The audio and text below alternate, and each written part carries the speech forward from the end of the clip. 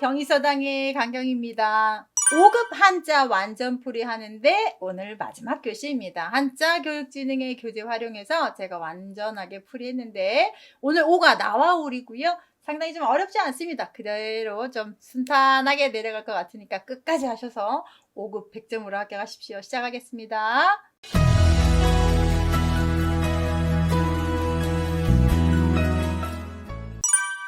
첫 번째 쉽게 시작합니다. 저번에 마지막 과에 클테 배우셨는데 클테는 가운데에다가 점을 찍었죠.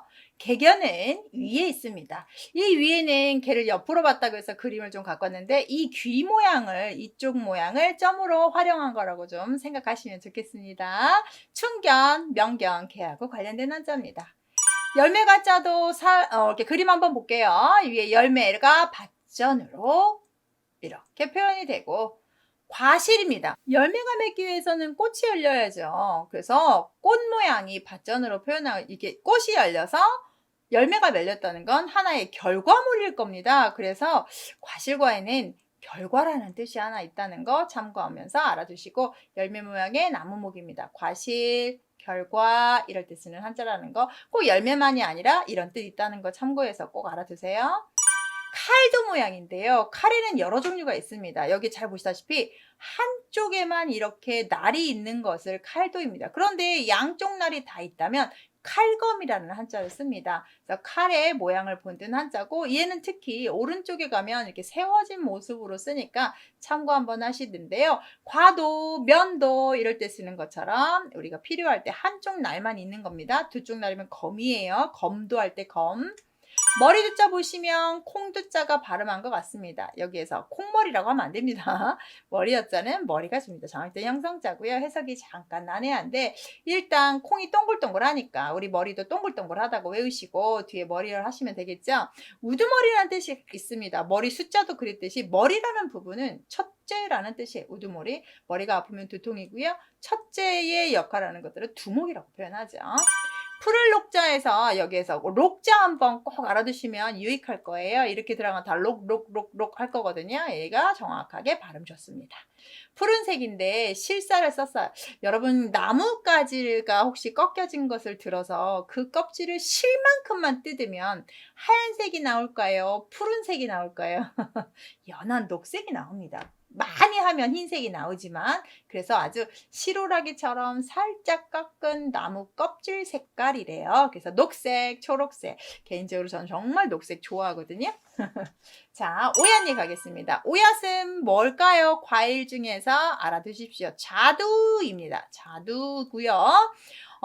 성씨, 이씨들이 써서 우리가 성씨 리라고 많이 알고 특히 우리는 두음 없을 때는 리를 쓰지 않기 때문에 조선을 세운 이성계처럼 이씨들이 많이 쓰죠. 이거는 오얏니를 성씨 리가 갖다 가차한 거고 우리는 오얏을 알아야 되는데 열매잖아요. 그래서 나무에 열린 열매골 이 아들이 따먹는 겁니다. 그래서 이렇게 외우면 되죠. 아우 자두 따먹는 이씨 아들이네. 이렇게 외우시면 편하실 겁니다. 그래서 자두나무고요. 오얏은 자두다. 성씨리 이씨들이 갖다 썼다. 아주 비슷한 한자가 하나 있는데 이 위에다가 벼화를 쓰고 아들 졌으면 뭘까요? 맞아요. 여러분이 계절개로 많이 아시고 막내 개자로 많이 아시는 개자입니다. 완전 틀려요. 나무가 들어가야 오얏나무입니다. 이성계, 장삼이세. 장삼이사 고사성어인데요. 중국에 제일 많은 성씨가 장씨래요. 그 다음에 이씨래요. 그래서 어떤 장씨의 셋째 아들과 이씨의 넷째 아들이 만나기로 했대요. 누군지 알까요? 아주 평범한 사람들이죠. 자, 털모자 털 모양이고요. 우리가 이거와 같이 해야 되는 건 손수자입니다. 제가 여기다 써놨듯이 뒤쪽으로 빠지면 털, 안쪽으로 하면 손. 그래서 양모, 모피 이럴 때 쓰는 한자라는 거 알아두시고 쌀미자, 쌀알을 이렇게 점점점점점점 찍었대요. 그래서 이렇게 됐대요. 그림 네이버에서 참고했습니다. 쌀수수, 곡식입니다. 쌀미. 껍질을 조금 덜 벗기면 현미, 다 벗기면 백미. 참고로 좀 재미있는 이야기인데요. 제가 친구가 있는데, 친한 친구들이 있는데, 대학교 동기들 둘 다 이름이 현미입니다. 그래서 성씨만 다르고 현미 친구들인데 보고 싶네요. 갑자기 어렸을 때 많이 놀림 받았을 것 같더라고요. 당연히 한자는 이 현미가 아니겠죠. 정경자 역자 보면 병들 역자입니다. 이렇게 들어가면 다 100% 병이고요. 병이라는 것은 균으로 많이 되기 때문에 따뜻한 지방에서 병이 잘 감염이 된대요. 그래서 남쪽부터 시작된 병 이렇게 외우시면 어떨까요? 남쪽이 따뜻하니까요. 그래서 문병가다 병원 할 때 쓰는 한자고요. 걸음보자 보시면 위에 있는 한자가 발족자 아래예요. 발이 멈춰서 써요. 발족자 기억하시죠? 발족이 이렇게 생겨서 아래 오면 이렇게 쓰잖아요. 그래서 발이에요. 멈춰진 발이고요. 이 한자도 한자긴 한데 여러분 딱 보실 때 적을소처럼 생겼잖아요. 그래서 작은 걸음, 적은 걸음. 이게 좀 힘들면 작다로 보셔도 돼요. 진짜 한자는 이런 말이 있지만 여러분 이거 기억 못 하실 겁니다. 그래서 적은 걸음. 천천히 가는 적은 걸음. 1보, 2보, 3보 이렇게 할 때 쓰는 보폭 할 때 쓰는 보자입니다. 빨리 걸으면 속보. 자, 그 다음에 여기 보시면 보행, 걸어간다는 뜻이죠. 자리석자 제가 언제 한번 했냐면 위에는 다 똑같고 아래다가 도를 쓰면 법도도라고 말씀을 드렸을 때 한번 드렸습니다. 수강권에서 내가 앉을 자리, 깔개를 깐 자리 할 때 쓰는 자리석자가 되겠습니다. 수건 깔고 앉는다는 뜻이에요. 많은 사람들이 각 건물에 보면 별것 없이 그냥 이렇게 깔개, 요가 매트 같은 양탄자 같은 것만 그려져 있는데 세상에 이렇게 변해버린대요. 수강권 위에 뭔가 좀 추가된 것 같아요. 집이라는 것도 좀 추가시킨 것 같고 이게 어차피 집이니까. 그래서 깔개를 깔아놔서 앉는 자리, 출석, 석착. 살필성 훈음 2개 해야 되는데요. 살펴서 봐야 됩니다. 덜어서 더 살펴서 자세하게 살펴야 됩니다. 그래서 조금씩 살펴야 됩니다.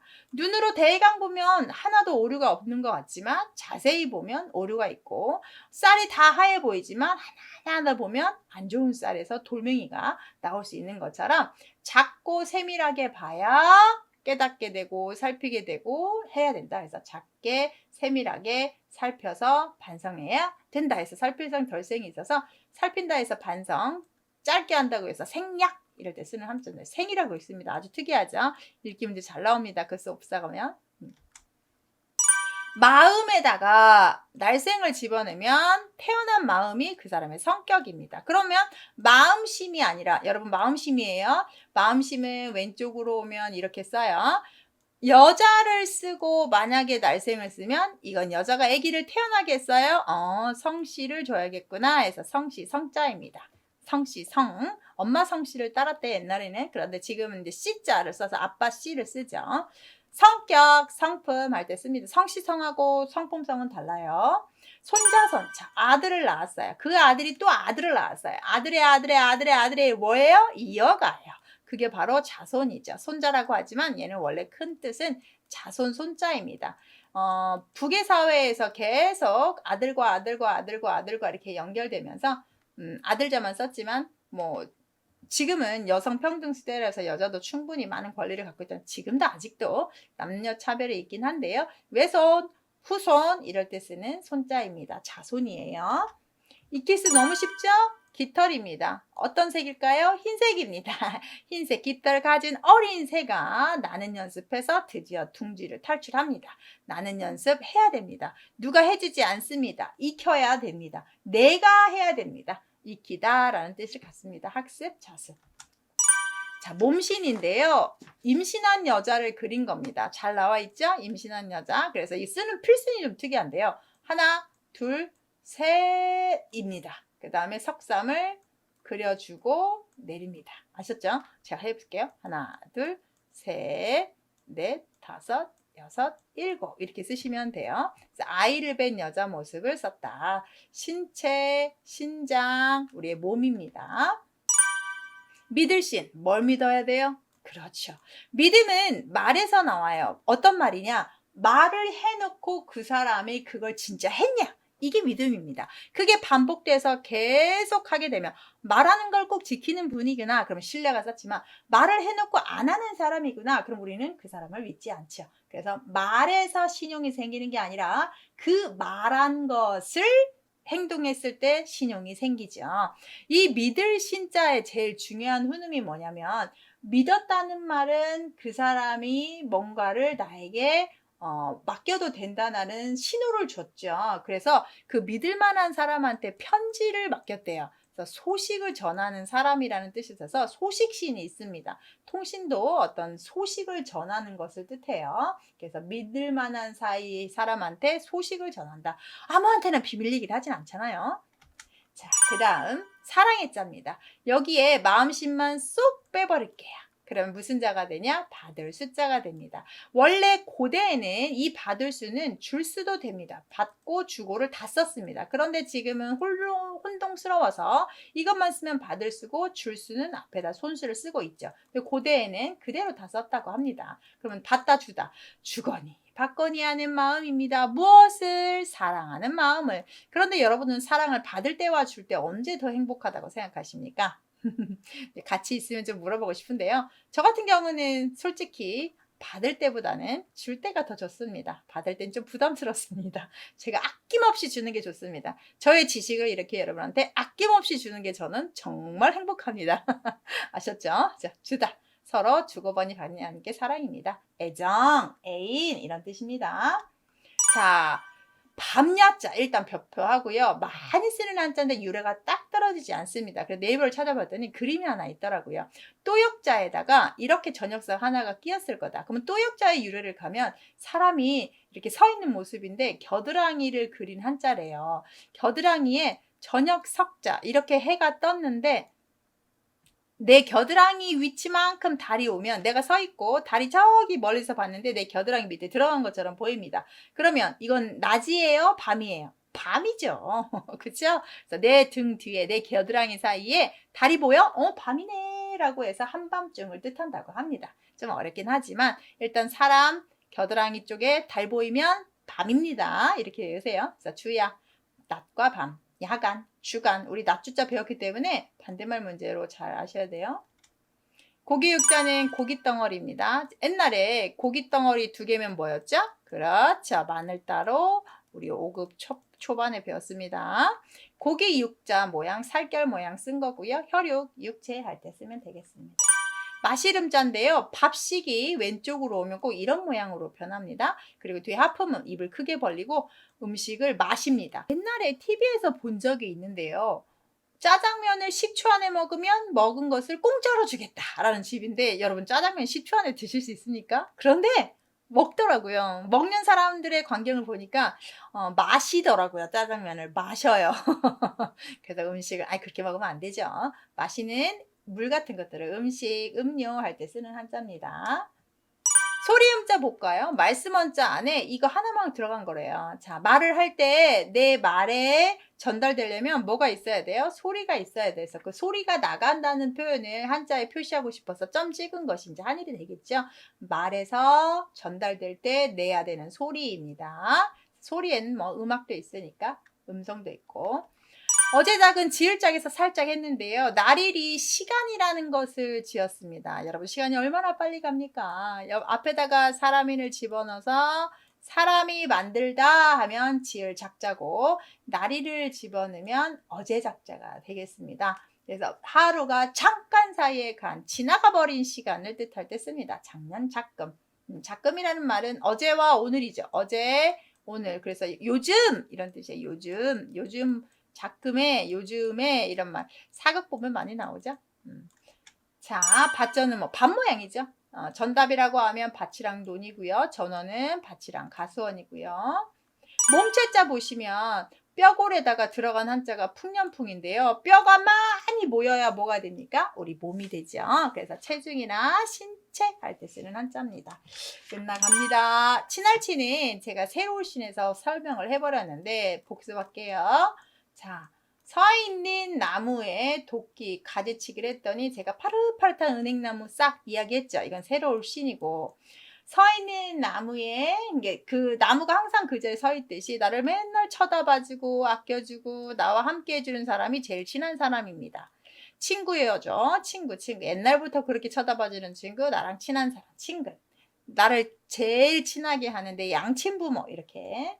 조개패는 조개 모양이에요. 옛날 우리가 그 음식점에서 먹는 조개 생각하면 안 돼요. 반짝반짝 빛나는 희귀한 조개 껍질이 몇 개 없으니까 돈의 가치가 있었습니다. 그래서 조개패 모양이 점점 이렇게 변해서 우리는 조개패라는 한자 들어가면 다 돈으로 해석하고 있습니다. 그래서 폐물이다, 어패르다. 결혼할 때 받는 보석도 폐물할 때도 이렇게 쓰는 거예요. 다 폐처분된 그런 물건 이렇게 하시면 안 되죠. 단일 행자 보겠습니다. 한자가 진짜 어려운데요. 단일 우리가 걸어가려면 발 두 개가 있어야 돼요. 좌측거리를 척이 하나 있어야 되고 좌측거리를 촉자가 하나 있어야 돼요. 척촉을 여러분이 다 외울 필요는 없고 두 개의 걸음걸이 하는 그런 그 걸어가는 그런 발 모양 생각하시면서 쩔룩쩔룩 하는 발 두 개가 딱 맞나야 걸어가는 거구나. 또 보면 어느 책 보면 사거리 모양이라고 이렇게 길 모양이라고 이렇게 우리 가는 길 모양이라고 얘기를 하는데 저 같은 경우는 오늘은 이렇게 걸어가는 발로 한번 봤습니다. 좌우에 발이 번갈아 가면서 핫뚜 구두 신으면 처음에 삐쭉 구두 신고요. 뚝딱뚝딱뚝딱 이렇게 쩔룩쩔룩 가는 거 양쪽이 다 있다는 거. 행동 행방 다행행자 보면 수갑 모양을 그리는데 수갑 모양을 제가 한번 찾아와 봤어요. 각골문에 봤더니 이쪽 부분이 수갑이더라고요. 양쪽은 똑같죠. 그렇죠? 그래서 수갑 모양이 점점 변하는데 수갑이 그러면 왜 다행이 되느냐 이게 문제인 거잖아요. 수갑을 채웠어요. 범인은 잡았어요. 다행이죠. 근데 이 범인을 잡고 봤더니 이 범인이 진범이 아니야. 근데 이 진범이 아니라는 게 밝혀졌어요. 그럼 죄인 입장에서 또 어떤 거야? 다행이죠. 이런 식으로 뭔가 구속을 하였는데 그 구속으로 인해서 점점점 다행스럽다라고 생각하게 하는 일들. 우리가 그렇게 생각하면 마음이 편안해지면서 뭐 해져요? 행복해져요. 그런데 그 다행하다라고 말하지 않으면 불행한 거예요. 여러분 좀 철학적인 의미 같죠? 수갑을 채워서 잘 잡았습니다. 다행입니다. 이렇게 외우시면 되겠습니다. 화목할 화자입니다. 화할화는 화목하다인데 벼화가 곡식입니다. 집에 먹을 게 많습니다. 나라가 먹을 것이 끊이지 않는 부자 나라입니다. 별로 싸움이 일어나지 않을 겁니다. 너무 많으면 싸우지만 적당하면 절대 그러지 않습니다. 화목합니다. 먹을 게 많고 화목하게 잘 지내는 가족과 나라를 생각하시면 되겠습니다. 그래서 평화, 가화만사성이라고 해서 정말 이 가운으로 주는 사람들 많죠. 맞는 말 같습니다. 집안이 화목하면 만사, 만가지 일이 다 됩니다. 안 되는 게 없습니다. 반대로 집안이 화목하지 못하면 만가지 일이 다 망합니다. 아셨죠? 자, 이렇게 해서 5급 마쳤습니다. 꼭 합격하세요. 감사합니다.